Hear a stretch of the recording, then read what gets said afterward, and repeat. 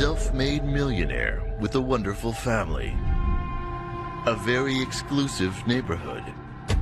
A lawsuit with millions of dollars at stake. They immediately learned that Bill McLaughlin had been in this very contentious lawsuit with his former business partner. A shocking and bloody event that no one sees coming leaves authorities baffled and friends and family terrified. So the suspect had keys to the place, entered, shot him immediately, and exited immediately. So it was an execution.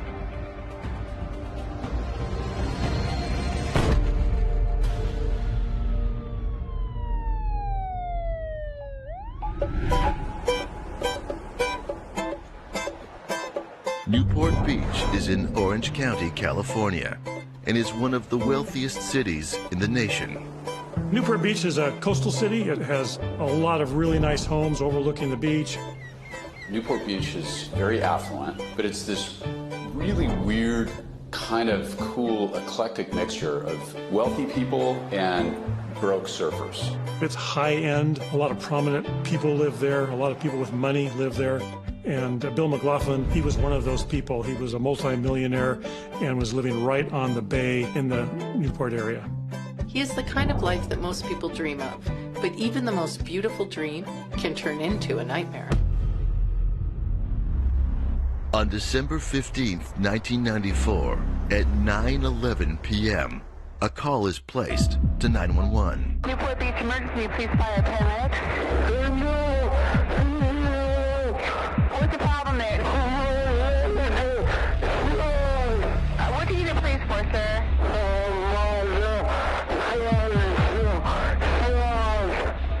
I can't understand what you're saying. The call is coming from Bill McLaughlin's home, and the caller is his son, Kevin. There's this heart-wrenching 911 call where he's trying to describe to the 911 operator that his father has been shot. He had some physical difficulties from an accident that he was involved in. He didn't speak well. Your dad? Okay, we have an officer on the way to your house right now. Kevin McLaughlin was skateboarding home one night and he got hit by a drunk driver.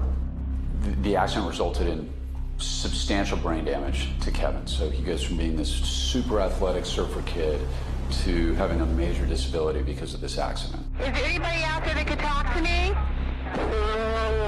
You're the only one that can talk to me? Okay, is your father or your dog? Your father? Okay, we should have an officer there any minute now. Emergency personnel arrive and find Bill McLaughlin lying in a pool of blood on the kitchen floor. He is dead. Police walked in and immediately went to work. So Bill McLaughlin is on his back in the kitchen. He's got 6 gunshot wounds. He's been shot multiple times in his own home in one of the safest neighborhoods in the country. Who would have done that? And more importantly, why? 54-year-old William Bill McLaughlin is born in Southern California in 1939. He studies biological engineering in college. After he graduates, he gets a job selling medical supply equipment.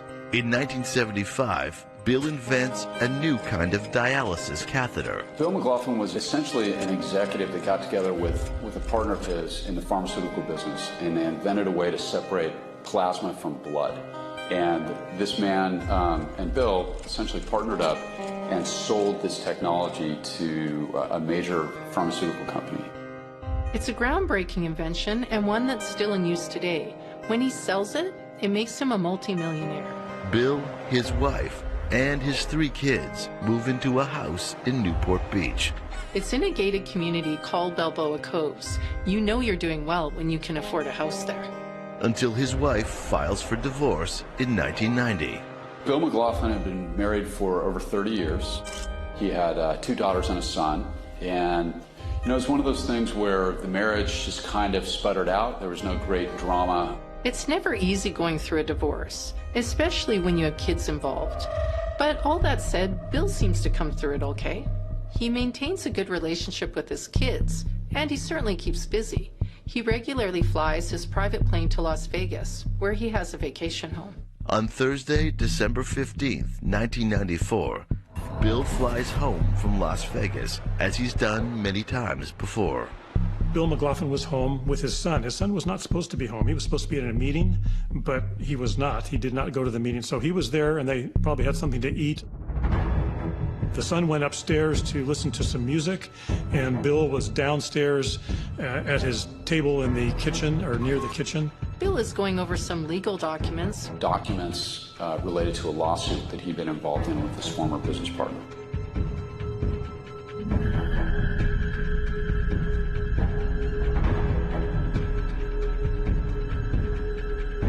And that's when all of a sudden somebody came through the front door, which originally was locked, and came through and shot him 6 times while he was in his kitchen. Kevin was upstairs listening to music, and he heard a series of gunshots downstairs. And he came downstairs, and he saw his father dying on the kitchen floor. And he immediately dialed 911 and tried his best to communicate with his voice problems that he had to the 911 operator of the police department and tell them his dad was shot. Your son? Where's the gun? Where's the gun right now? You don't know? You think he shot himself? Mr. McLaughlin was in the kitchen on his back. He had bullet holes in him, 6 of them. There were bullet casings from a semi-automatic handgun would eject the casing, and they were 6 of those around on the floor, and he was dead. The rounds were determined to be a type of ammunition called federal hydroshock, which is it's a vicious round. Essentially, it expands inside the human body. The only other person in the house at the time of the murder is Kevin. It's clear he's not a serious suspect, but police still have to clear him, and they do, pretty quickly. When the police got there and looked at this scene, it really did look like it was a planned murder, because the person came in, the person had keys to get in the front door, had 2 keys, one for the bolt lock and one for the regular lock, and one was still in the keyhole and the other one was down on the floor. The one that was stuck in the front door was a freshly cut Ace Hardware key, and the one on the mat was an original community access gate key. So the suspect had keys to the place, entered, shot him immediately, and exited immediately. So it was an execution. No forced entry, no sign of a struggle, and nothing was taken from the home. This rules out a robbery gone wrong. But who would want Bill McLaughlin dead? Investigators discover that Bill's former business partner believes that Bill owes him millions of dollars, and the two have been battling in court. It appears that Bill is going over documents about this lawsuit when he's attacked in his kitchen. That's a motive. Whether or not that person had anything to do with the murder or something that detectives needed to find out right away. That was of interest to them. They certainly took a look at the partner. Bill had just essentially won the lawsuit. The court came out with an indicated ruling that was going to free up about $12 million to Bill McLaughlin. The ex-partner has a solid alibi, so is ruled out fairly quickly. Bill was divorced at the time of this incident. An ex-wife might be a logical suspect if the divorce is still in progress, but Bill and Susan have been divorced for years. Divorce can bring out the worst in people, especially when custody of children is an issue, but their youngest child is 26. It doesn't seem like his ex-wife would have much to gain. Investigators are still working at the scene when a woman named Nanette Johnston shows up. There was a point in the investigation, about probably an hour and a half into it maybe, when Nanette arrived home. She lived at that house, and she had been shopping in one of the nearby malls, and arrived home to see all the police tape and all the police cars, and they interviewed her outside the house. They don't know who she is. She has to explain to the police that she's Bill's fiancée and that she lives in the house with them. She's already figured out that there's something wrong, but she's shocked to discover that Bill is dead. Do you have any idea why this could happen to you? I have no idea. I wish I had something to tell you. I wish I knew. I don't know. I can't think of anybody. We interviewed Nanette quite in detail. She had been up at a soccer game with her son and her daughter, went to the store before coming home. What were your activities today? I picked up some stuff from my son at a soccer game in Diamond Bar. And so I went up there. She planned to be with Bill that night. She knew that he was home that night and hadn't seen him for a few days because he had taken a trip to Las Vegas and had recently flown back and arrived that afternoon while she was at the soccer game. They find a note from Nanette telling Bill that she's at the game and will be home later. So she was very worried, especially when she found out that there were keys that were left at the scene that somebody knew, and it got the keys to get into the house in order to kill Bill. And she made mention that she was supposed to be home at that time. That scared her, and she said that she was afraid that maybe she was the target and she just wasn't home. So she was very concerned. Since the investigation will be continuing all night, Nanette can't stay at the house. Luckily, Bill owns another house nearby on the beach. She tells the police that she'll stay there. As a matter of routine, investigators try to verify Nanette's story. They talk to her ex-husband, who confirms that she is at a soccer game with her son. But then he drops a bombshell. He told the police, you know, she told me not to mention this, but she was there with her boyfriend. And that kind of surprised the police because they thought that she didn't have a boyfriend. They thought that she was a fiance to the victim.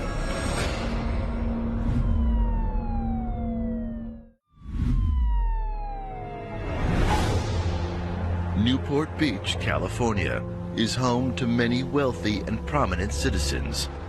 Balboa Coves is a gated community located just off the Coast Highway and right on the waterfront. It's where Bill McLaughlin lives until his life is unexpectedly and brutally cut short on December 15th, 1994. It's also where Bill's fiancée, Nanette Johnston, lives. Police find out that Nanette has a secret boyfriend. While she was engaged to marry Bill, they want to find out more about this guy. So they decided to stake out Nanette's second house, the one that's on the beach, to see if this other guy, Eric, would arrive. Eric actually arrived the day that they were watching. It was sometime at night. He did arrive at that location, and they ended up actually doing a car stop on him and talking to him, and they found out who he was. The police asked him, you know, what's your relationship with Nanette? And he said, well, we're friends. We're pretty good friends. They discovered that he did have a small warrant for his arrest, a traffic warrant of some sort. And so they actually took him into custody for that warrant and then interviewed him in extent regarding this case.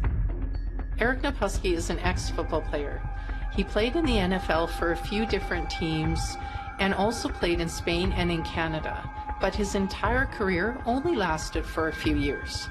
Okay, and what kind of work are you doing now? I'm still security. Just security work. I'm just helping out the nightclub because they have a problem with controlling things down there. The last one was shut down. He's working as a bouncer at a bar, and this particular bar is only a block away from Bill's house. They ask him if he ever uses guns. Hey, do you have a CCW appointment? No. Okay, do you do any army? No, I don't do any arms. Not even a uniform? No, even a uniform. I don't even have a sidearm. That takes at least 6 months. They asked him if he owned guns. He originally said no, he didn't. And then the interview goes on for probably another 45 minutes, and they circle back. Okay, you said you don't own any firearms at all? No, I bought one. I haven't seen it for so long. I bought one in Dallas that I gave my dad as a .380. So first it's no guns, and then it's one. Eventually, though, they came to a point where he did admit that he had a Beretta 92F 9mm gun, but he had given it some time ago to one of his employees at a scene, and that guy had lost it. So that was like months ago. He keeps changing his story. One minute he's no guns at all, and now he's, well, I did have a .380, but I gave it to my dad, and I gave a Beretta 9mm to my employee. Now I don't have either of them. When the police officers actually contacted the employee that supposedly had the Beretta, he said, no, I was never given a Beretta. It was a piece of crap Jennings .380, and Eric never paid me for the job, so I told Eric that the gun got stolen out of my car. And he eventually was able to get that .380 semi-automatic gun and give it to the police. So it was not the Beretta. He says his dad has the .380, but his employee has it? Or are there two .380s? Where's the Beretta he says he owns? And why does he claim it's missing? When this was going down, they were doing the ballistic testing on the bullets at the crime scene, and they discovered that the bullets that were there had been fired by one of 27 guns. One of those 27 guns was a Beretta 92F. So when they heard about this Beretta being possibly belonging to Eric, they definitely were interested in finding out where that gun was. Since Eric told them he gave it to this employee, and that wasn't true, they then questioned Eric a lot about where that gun was. During his second interview with police, Eric is more defensive. Where is your 9mm? I have no idea. You have no idea? That's my statement. I don't want to what you talk about that You anymore. remember the last time you saw it? I don't want to talk anymore. No. This is the thing. No matter what happened to any guns, anytime, anywhere, I didn't do anything wrong with anything. Okay? That's my statement. One of the things that's interesting about Naposki is he's incredibly forceful as he tells his story and convincing. Nanette's a pretty good friend of mine. Would you describe as a dating relationship, a boyfriend, girlfriend? I would say a dating relationship. And it starts out, she's a girl I know, to basically the end of the interview, they learn that they're dating. Then he admits to maybe a little more. Girlfriend can mean a lot of things.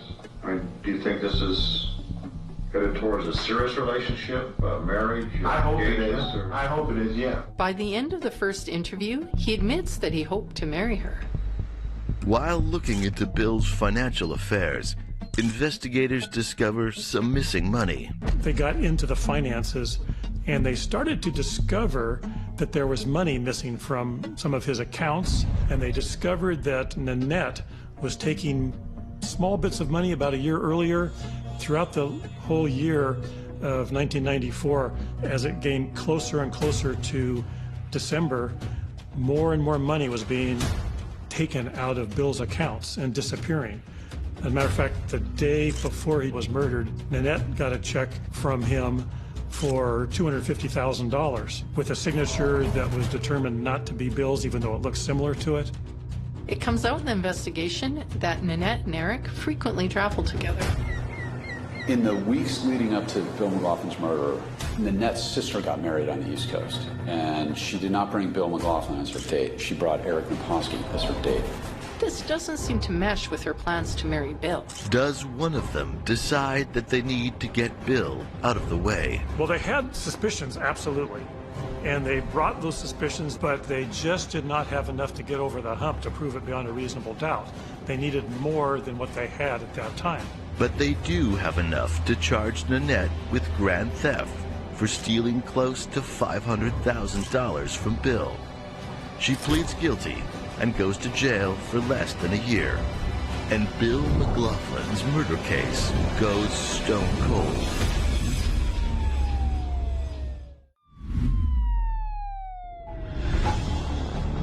Bill McLaughlin is murdered in his own kitchen. Police suspect his fiancée, Nanette, and her boyfriend, Eric, but can't prove it. Nanette is convicted of stealing some of Bill's money and spends a year in prison. The murder case goes cold. My name's Larry Montgomery. I've been a police detective at the Irvine Police Department for most of my 29 years that I was at Irvine PD. And then I retired and went to the Orange County District Attorney's Office and was an investigator for them for about 14 years. And during that time, I was allowed to go into a cold case unit. It's 2008, 14 years since Bill McLaughlin's murder, and Larry Montgomery is assigned to the case. It was a brand new unit for me to be in, and I was kind of like, well, what do I do with a cold case? What do I do to make difference that the other detectives hadn't done maybe? One of my advantages was I had time. I didn't have a caseload. I could take this case and do whatever I wanted and take as long as I wanted. When a case has gone unsolved for 14 years, another year or two can make all the difference. Better to take it slow and get it right. So what I did is I had, that particular case, I think there was 63 tape-recorded interviews on cassette tapes. That's a lot of interviews. It was hours and hours and hours, and hundreds of hours, basically. So I sat down and I started going through the tapes and taking copious notes on everything on all those tapes. Working a cold case is a lot like being an investigative journalist. You look for things that don't make sense, that don't add up, that raise a few questions, and then you dig deeper.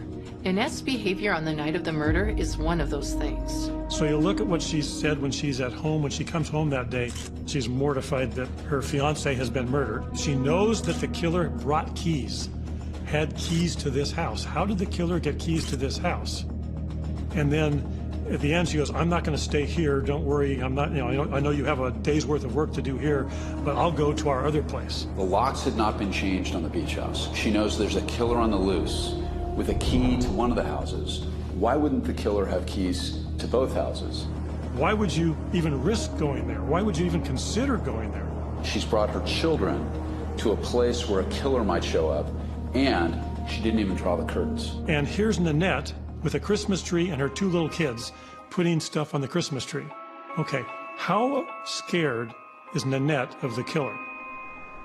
She's in a place blocks from where the murder was. Who knows how the murderer got keys to that house? Does he have keys to this house? Was she the target? She said, I could have been the target. I've pissed off people in my life. So is she really afraid that she's the target? She's right there in the full view of anybody on the beach. Matter of fact, there's a man with a gun right outside. It's a police officer, and she doesn't know that he's even out there. They're police officers, they're detectives. They know how to operate a firearm, standing on the sand outside the beach house, and she didn't even draw the curtains and didn't know they were there, which means her head is not on a swivel. She's not looking around for who this might be. Did she change the locks? She didn't do that. She didn't have security.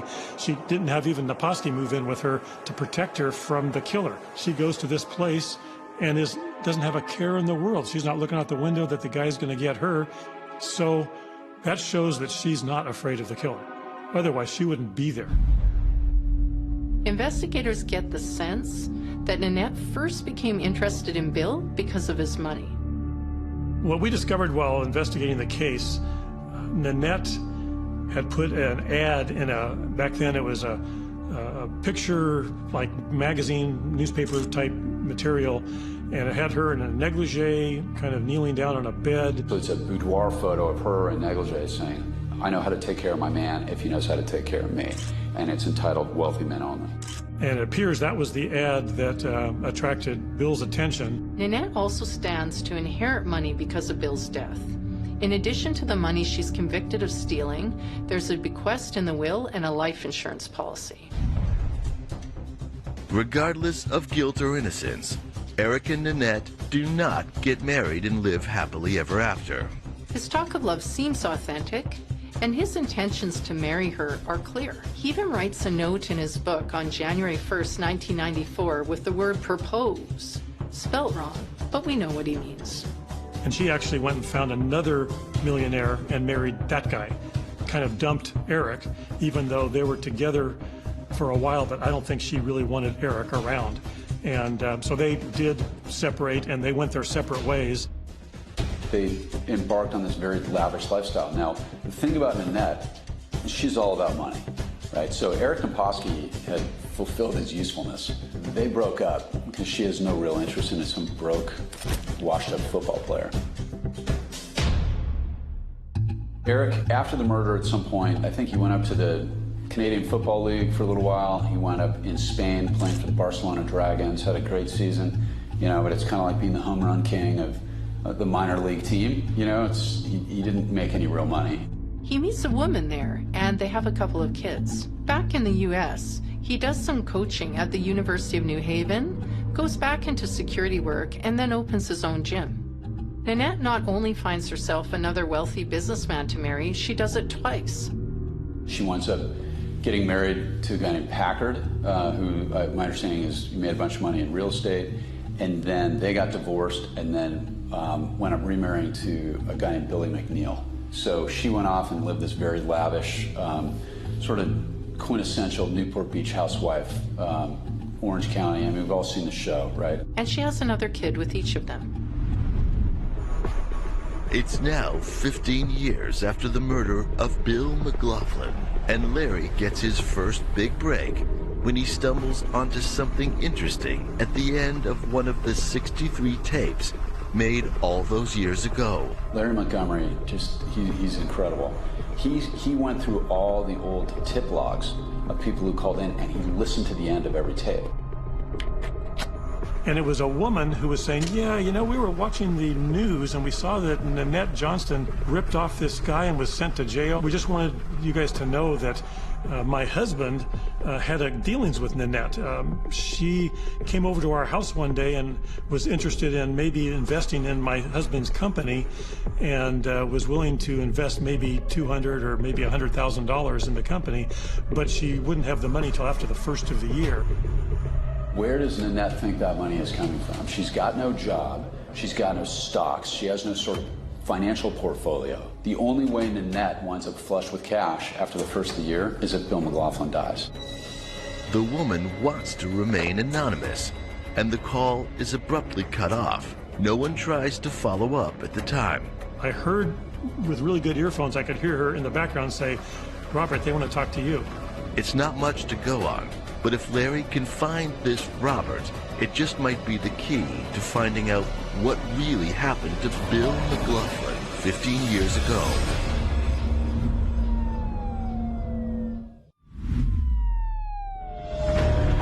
In 2008, cold case investigator Larry Montgomery begins looking into the 1994 murder of Bill McLaughlin. He discovers that an anonymous woman phones police with a tip about Nanette having suspicious dealings with her husband, a man named Robert. So all of a sudden it's like, this is interesting. Okay, I would love to know who this guy is, but all we had was the type of company he had, which was Biomedics, I think, and he lived in Irvine, and his name was Robert. That's really all we had. Oh, he went to the gym with her.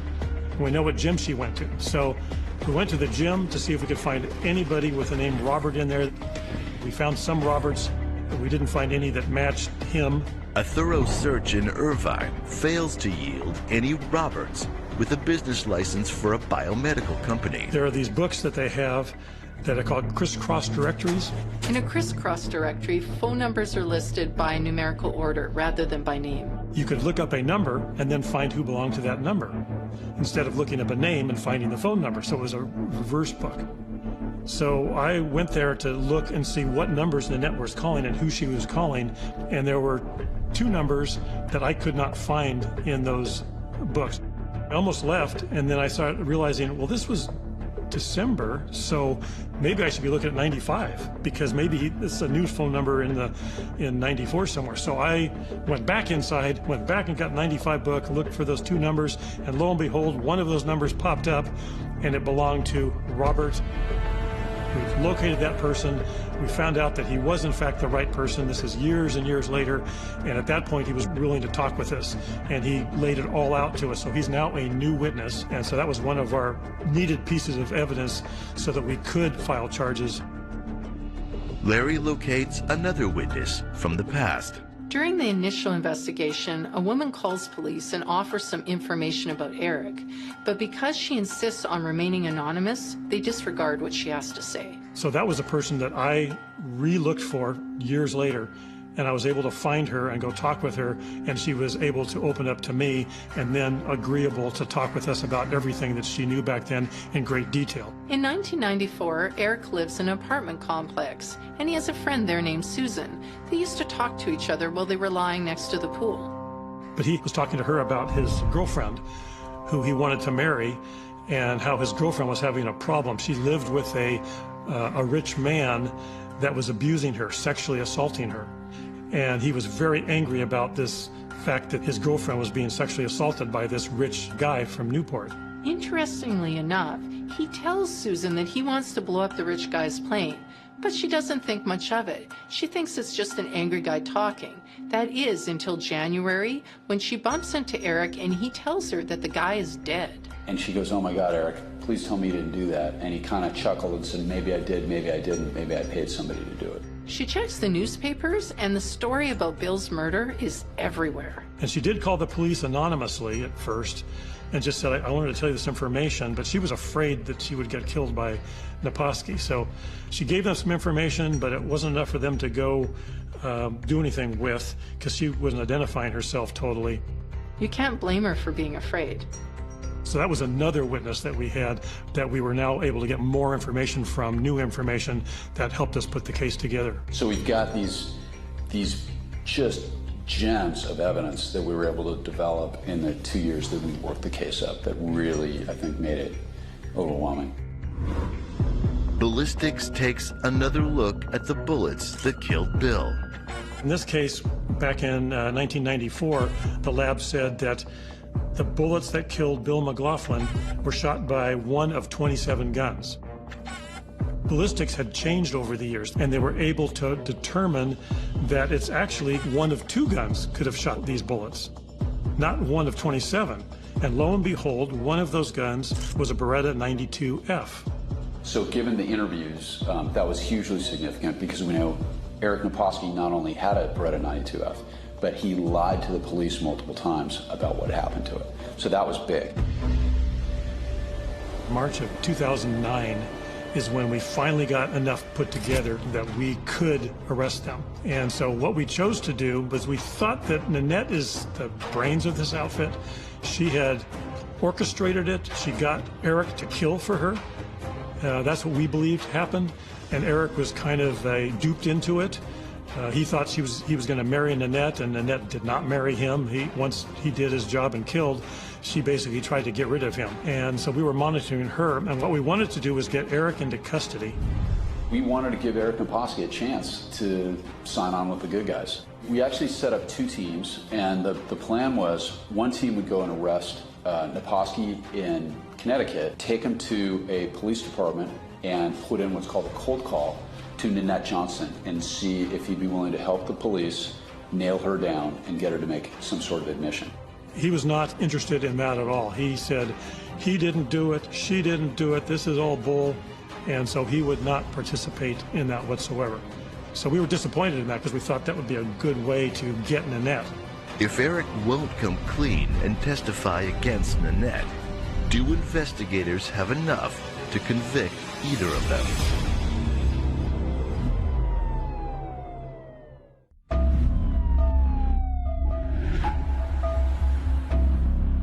Cold case investigators amass enough new evidence to arrest Eric Naposki for the murder of Bill McLaughlin.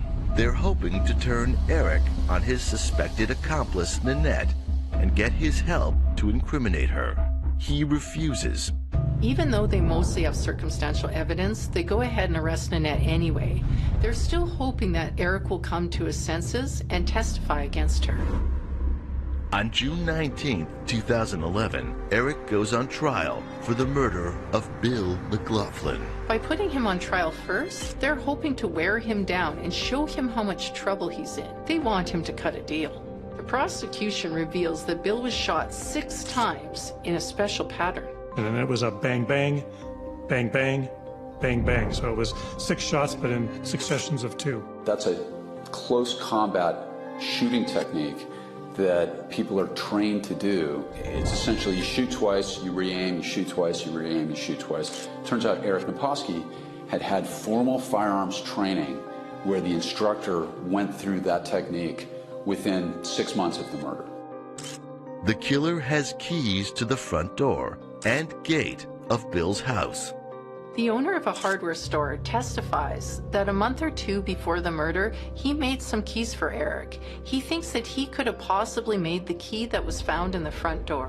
Not only did he get 2 keys cut in my store, but he also asked if I could make a silencer for a 9mm pistol. And we call that a clue. Eric claims that on his way to work on the night of the murder, he gets a page from one of his managers at the nightclub. I believe I was in my truck at the time. I went to a phone and I called him. I was in my truck. A payphone?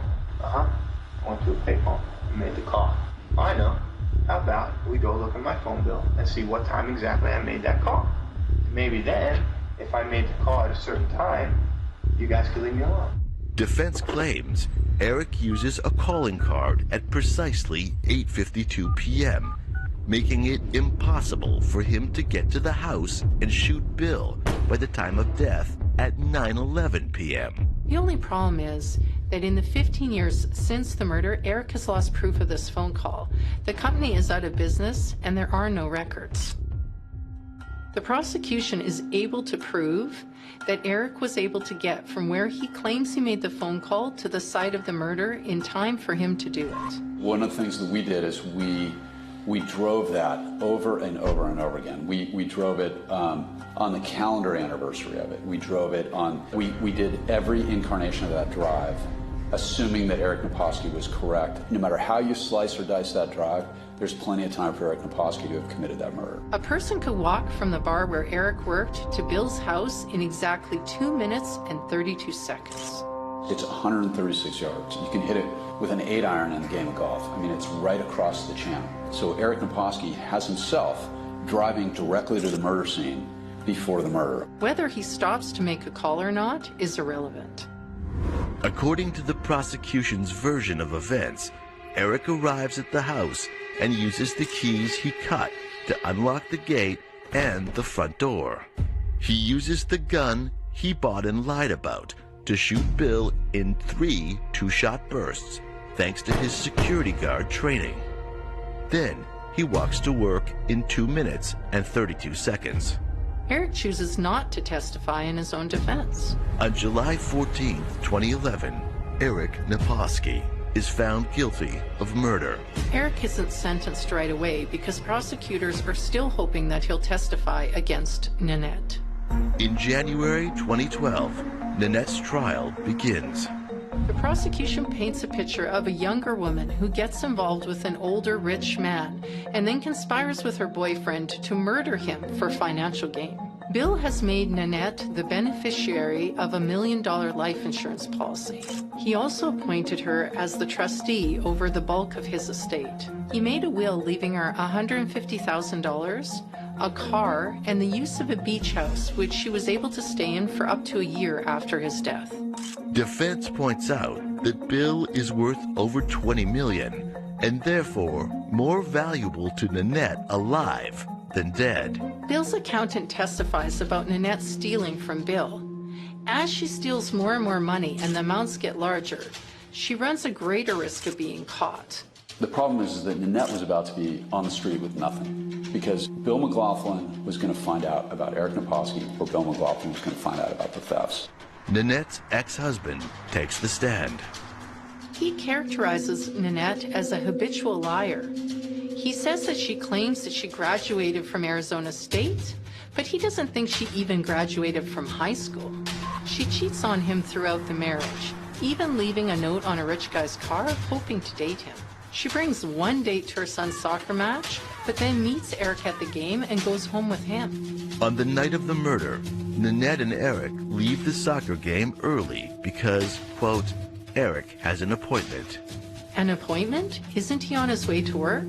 She asks her ex to take care of the kids and cancels her weekend's visit with them, almost like she knows something is going to happen. She drops Eric off and then goes shopping. Why? She needs an alibi. Because she knows Eric's appointment is to go over to Bill's house, use the keys he had made to let himself in, and then shoot Bill with the Beretta he purchased. Nanette and Naposki and Nanette's 2 children took a trip back to Naposki's house, his parents' house, and actually stayed with them for almost a week. All 4 of them went to New York and saw the sights of New York, and then they went up to the north part of the United States and went to Nanette's sister's wedding. And they have pictures of the kids and Nanette and Naposki actually at this wedding. Bill was close to those kids. Those kids came over every other week and at his house, and he was close to them. He took them on his boat. He took them in his plane.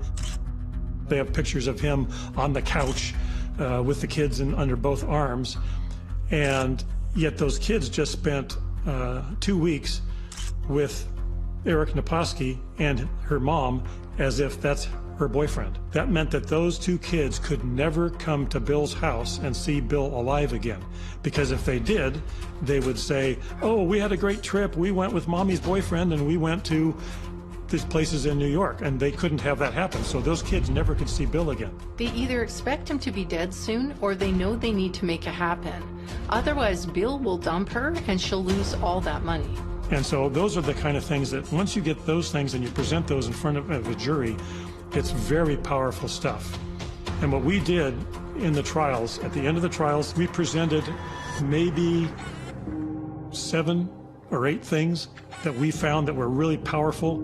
We have like 60 of those things that we found, and we give 7 of them to the jury and then tell the jury to go back into the jury room and listen to those interviews again. Listen to them again, especially the suspect interviews, and I'll bet you'll find more. There's a power to discovering things for yourself. It can be far more effective than being told. On January 23, 2012, after 4 hours of deliberation, the jury finds Nanette guilty of first-degree murder. She is sentenced to life in prison without the possibility of parole. This was one of the first cold cases that I worked in the unit, and it was very fulfilling to realize that we could find evidence that we didn't find before because we didn't know to look. And I was very happy with the results of this one. Bill's daughters were there. It was a very emotional experience for them. They really thought that there would never be justice in their father's case. And so it was very powerful for them. Their son, the one that had some physical problems, he had passed away. All they had left were the 2 daughters, and they were very happy that eventually some justice was served. We're talking almost 2 decades after their father has been murdered for the most banal of all reasons, for money. So when the jury came back, and it turns out they were a good group, they got it, they followed the law, they followed the evidence, and they made the right decision. It's one of those things that makes you want to, keep being a prosecutor forever.